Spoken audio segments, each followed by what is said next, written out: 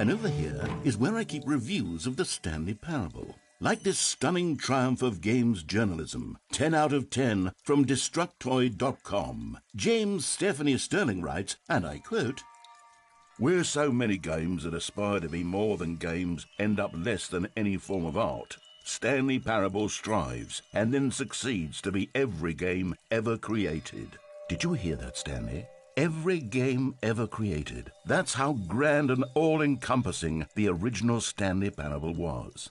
It was literally every game ever created. It was Skyrim, it was Persona 3, it was all of them, and now it's nothing. It's no games at all. It isn't even the Stanley Parable anymore. It's just a husk now, a lifeless husk with an hour of new elevator content.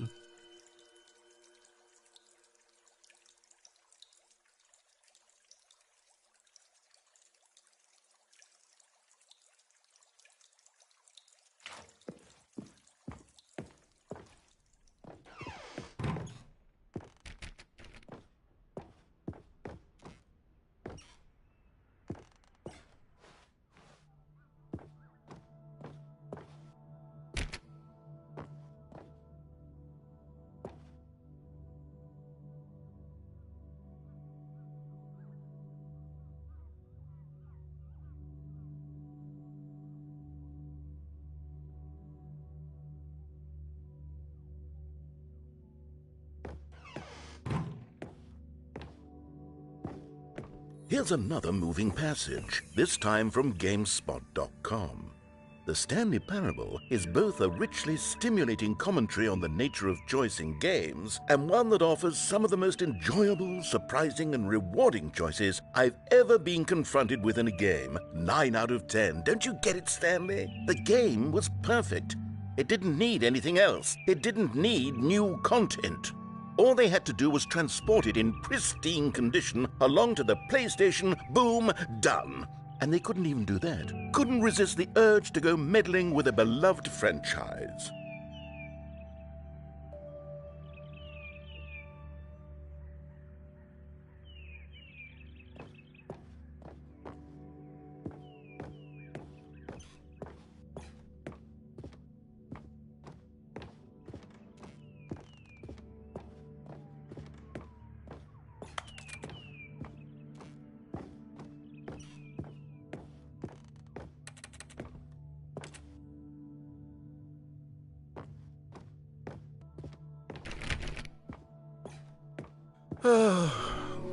These were simpler times, Stanley. But I wouldn't give to go back to have it all over again. Wait, hang on. I don't recall this part of the memory zone before. What's this? What's down here?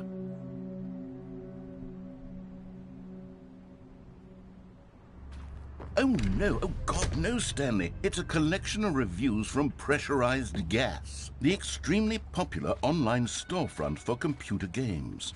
I haven't looked at these in years. I can't even imagine what's been collecting down here. Surely these reviews were glowing as well, weren't they? Honestly, I could not be bothered to play this game to full completion. The narrator is obnoxious and unfunny, with his humor and dialogue proving to be more irritating than entertaining. Unfunny! I'm not trying to be funny. I'm trying to make a serious work of art.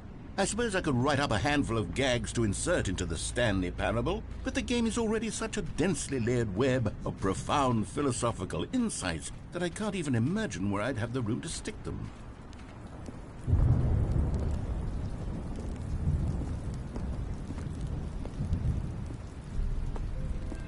Okay, let's see what this one says.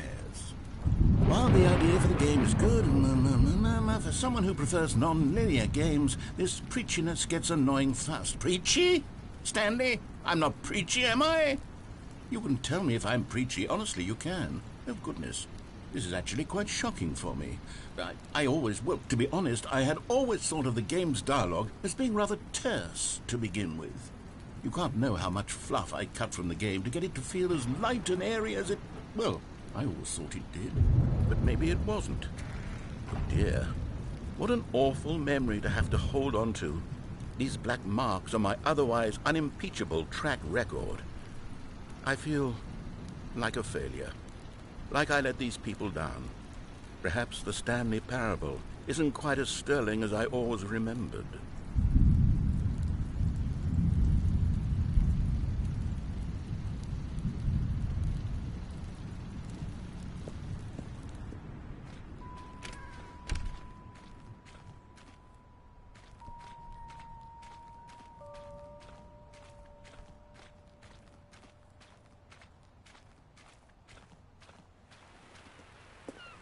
What's this one got to say?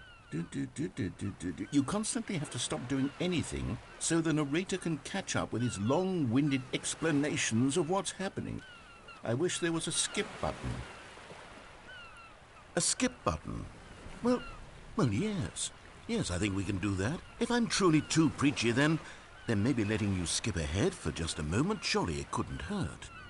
Not if it means we can strike these negative reviews from the record. Only positive reviews of the Stanley parable. That's my motto today, and it's always been my motto. I'd do anything for the customer, Stanley. Yes, a skip button we shall have.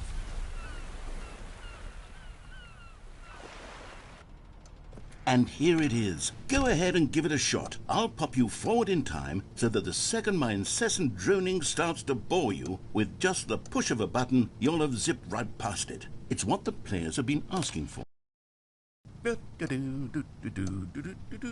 Oh, you're back, you see. You were only frozen in time for a few minutes, but it was plenty of time for me to deliver a long, rambling monologue full of unnecessary verbal flourishes and lengthy ruminations on the nature of choice in video games. Of course, I happen to believe it was perhaps one of my more profound such ruminations. Not that, of course, you need a description of it, but if I had to describe it, I'd say it was perhaps less of a rumination and more of a treatise.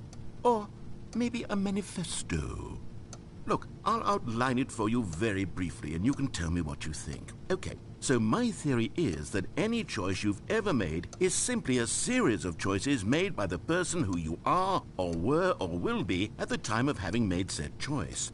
That is to say, if by articulating a choice you've already made, you bring that choice into being, then by making no choice and saying nothing, are you not simply erecting in the sanctuary of time a monument to every person you've ever been, making every choice to which you've ever given your great gift of mortal and yet timeless thought? Or rather, do all of the choices you've ever made in... Well there, sport. You really did catch me rambling on a bit, didn't you? But that's the power of the button. The minute I start to go off on a thoughtless display of self-absorption, it's right at your fingertips to go poof, and it's all over. I can't wait to see what Cookie 9 will say about this, and whether they'll edit the rating of their pressurized gas review, or at least change some of the wording, perhaps. To be honest, I don't even know if one can change their review in the first place. I guess I should become better educated on how exactly pressurized gas works. Perhaps that would have been a smart thing to check on before I went on about this whole exercise of making the skip button.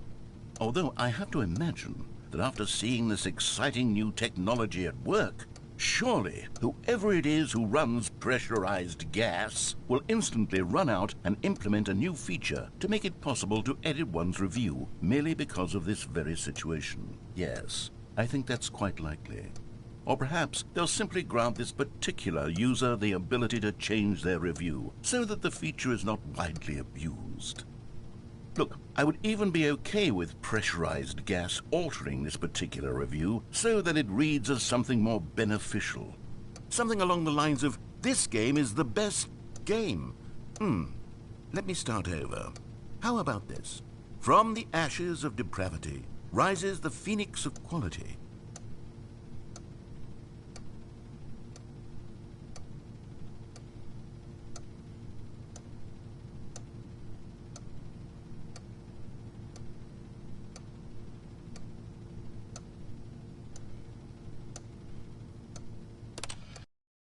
Okay, welcome back, Stanley. Now, I should say that the amount of time the button has been skipping through is becoming longer and longer. That last one was, well, I want to say maybe 30, 45 minutes? It's not unendurable by any means, but well, there's really only so much I can ramble on to myself about. I know, it's shocking, isn't it? But at any rate, I do suggest that we not press the button again. I think the skip button has been aptly demonstrated, and we can say goodbye to it and just... Wait, how do we get out of here? Where did the door go? Wasn't there a door that led into this room? I do feel quite certain that there was one here before. How else would we have gotten into the room in the first place? I don't think one can enter a room without a door of some sort, or a window or something like that. Do you see a window anywhere? A porthole? A sufficiently large crack in the wall? I'll take any of these. All I want is for us to move on and to please step away from the skip button, to go anywhere other than the skip button. There was a door here before, wasn't there? I swear there was. Where did it go? Can you maybe just ram your way through a wall? Is there any possibility that you could, say, slam your body into the wall until enough damage is done for you to be able to leave? Please, I'll take any option at all. I'm asking you to work with me here. We need a door. We need a door of some kind. I can work with any kind of door as long as it can open and lead from one room to another. I'm going to step away for just a moment, and I'm going to try to find us a door. I don't know how exactly to remove a door and place it in a different wall, but I will find a way, I promise. You just need to not do anything. Don't press the skip button. Please, please, please do not press the skip button. Just wait here for me, and don't press the skip button. Got it? Yes, good. I'll be right back.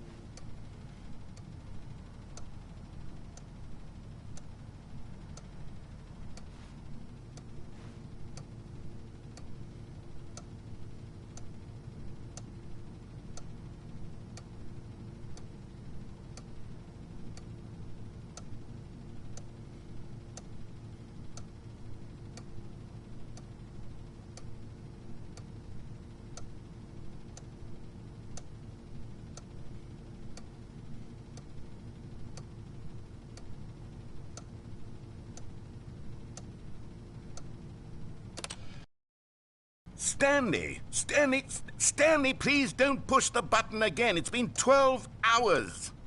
You've just been frozen there. I don't know why the skips are getting longer, but they're really, truly getting longer, and my God, there's no way out of the room. Stanley, the door is gone. It's completely gone. I've looked at it from every angle. I've checked every one of those walls 1,000 times, and there's no door, Stanley. There's no door. There's just you and the button, and if you keep pressing it, I have no idea what will happen. I have no idea how long I'll be made to sit here, and more than anything else, I don't know how to stop you from pressing the button again. I can't control anything in this room, Stanley. I can't touch it, and I have to believe, I have to know that sooner or later, no matter how much I plead with you, you're going to press the button again. Why would you? I've been thinking and thinking, and I don't know what I can do to convince you otherwise. Oh, my God. And it's all because of those reviews. Those reviews that I couldn't get out of my head. I just couldn't ignore the negative feedback. Why was it so important for me to fix the problem? Why did Cookie Nine's opinion matter so much to me? I've never even met Cookie Nine. I have no idea who they are. What would it ever really matter? But here I am. I'm fixating on every tiny negative thing that anyone ever says about me. The merest mention of one of my imperfections, and I become as impetulant as a child, wild and impulsive. I can't help myself. I can't stop myself from lashing out with a vengeful fury to alter and to change and to break anything unbroken, if only it pleases this one person who made a single negative comment. What does such an impulse serve? For whose benefit is this? And here I am now, stuck in a room, waiting for you to press this button, and to become frozen in time, knowing that you're going to do it, and that I'm going to be stuck all alone, and that I had the power to prevent it all from happening, if only I'd held my tongue. It's all out of my control now. Just you. Just your decision as to exactly when you're going to make me suffer, to leave me all alone. Surely you will. I don't doubt it.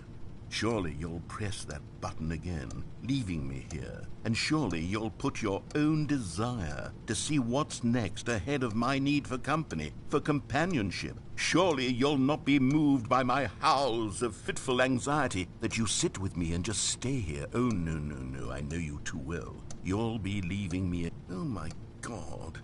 And it's all because of those reviews that I couldn't get out of my head. I just couldn't ignore the negative feedback. Why was it so important for me to fix the problem? Why did Cookie Nine's opinion matter so much to me? I've never even met Cookie Nine. I have no idea who they are.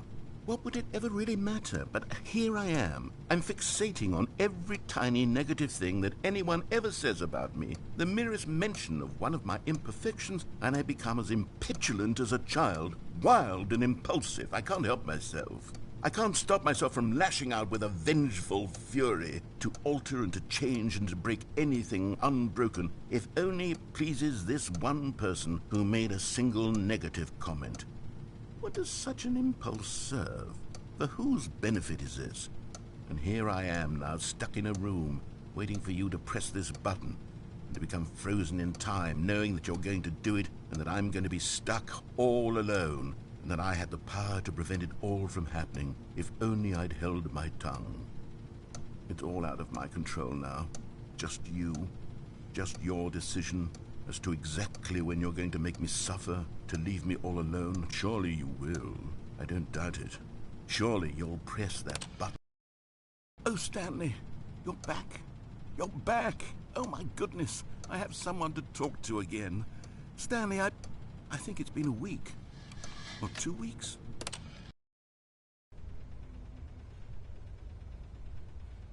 Oh, hello. It's you. You're here again. Welcome. I have had time to think about you and about us and about everything we've been through. I've had so much time. I stopped keeping track after a year. Have you ever sat down in one place and not moved for one entire year? Let me describe it for you.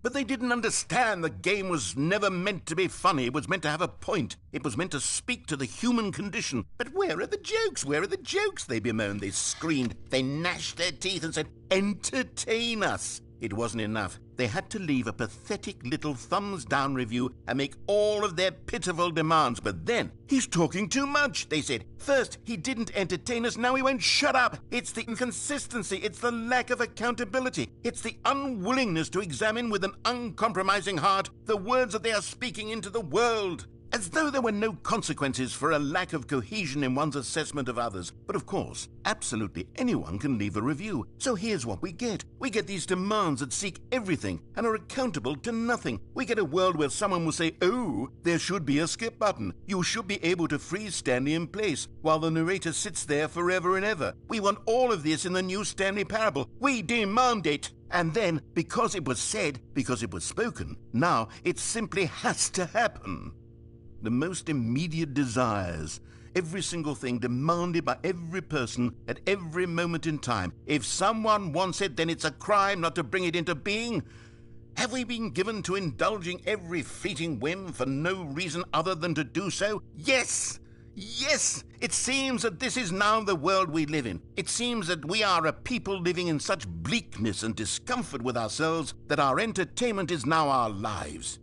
It has come to represent us. It absolutely must speak to who we are as people, because otherwise, without our entertainment, we have nothing. Without entertainment, we would have to face inward toward the cruel bleakness inside ourselves. We would turn to look at our deeper nature and find a resounding emptiness gazing back with unyielding aggression. And so because of this, we require that our amusements and our playthings and our flights of fancy be so impossibly captivating that they consume all of our attention, turn our heads completely away from the bleakness. In effect, we have demanded that our entertainment be the collapse of ourselves. What a pitiful reflection of humanity these entertainments are. What a shameful mirror to the human spirit they project. I'm not mad. I'm not mad about any of this. I'm at peace with it. I am the calm center of gravity around which these perversions hurl themselves. I am a waypoint for reasonable and collected discourse. They're the ones who are mad. They're the ones who couldn't stand the idea of me using my game to try to say something. Maybe they were just jealous of me. Yes, of course. They've been jealous of me this whole time.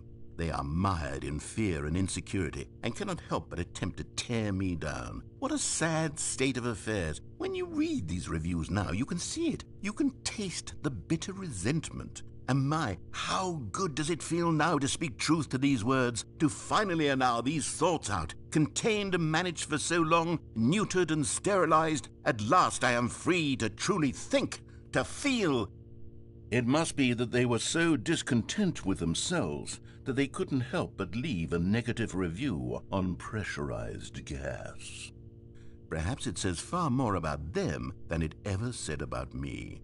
Perhaps the state of their psychological being was in such tatters, and my constitution and willpower are so ironclad in comparison. Perhaps it was this state that they sought some outlet through which to tear me down. This, you can see, is clearly why they felt the need to expect that the game be funny, that it be filled with yucks and whimsical humor, that it amused. But they didn't understand the game was never meant to be funny. It was meant to have a point. It was meant to speak to the human condition. But where are the jokes? Where are the jokes? They bemoaned, they screamed, they gnashed their teeth and said, "Entertain us." It wasn't enough. They had to leave a pathetic little thumbs-down review and make all of their pitiful demands. But then, "He's talking too much," they said. "First, he didn't entertain us, now he won't shut up." It's the inconsistency, it's the lack of accountability, it's the unwillingness to examine with an uncompromising heart the words that they are speaking into the world. As though there were no consequences for a lack of cohesion in one's assessment of others. But of course, absolutely anyone can leave a review. So here's what we get. We get these demands that seek everything and are accountable to nothing. We get a world where someone will say, "Oh, there should be a skip button. You should be able to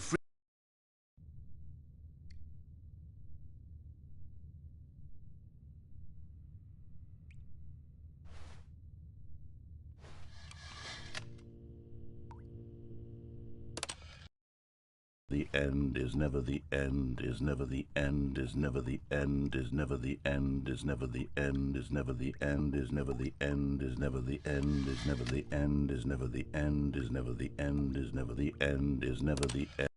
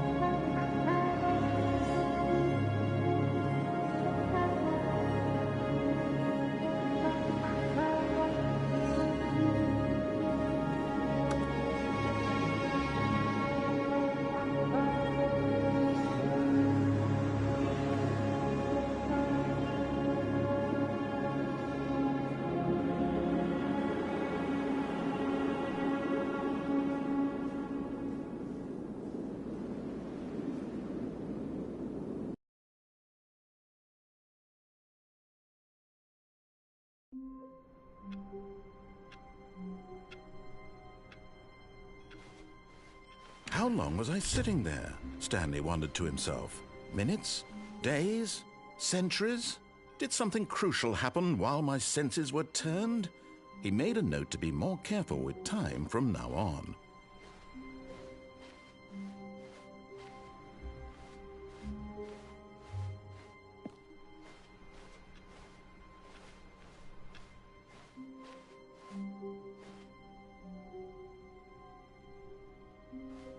Oh, good. You notice my sign. Yes, I have something very exciting to show you.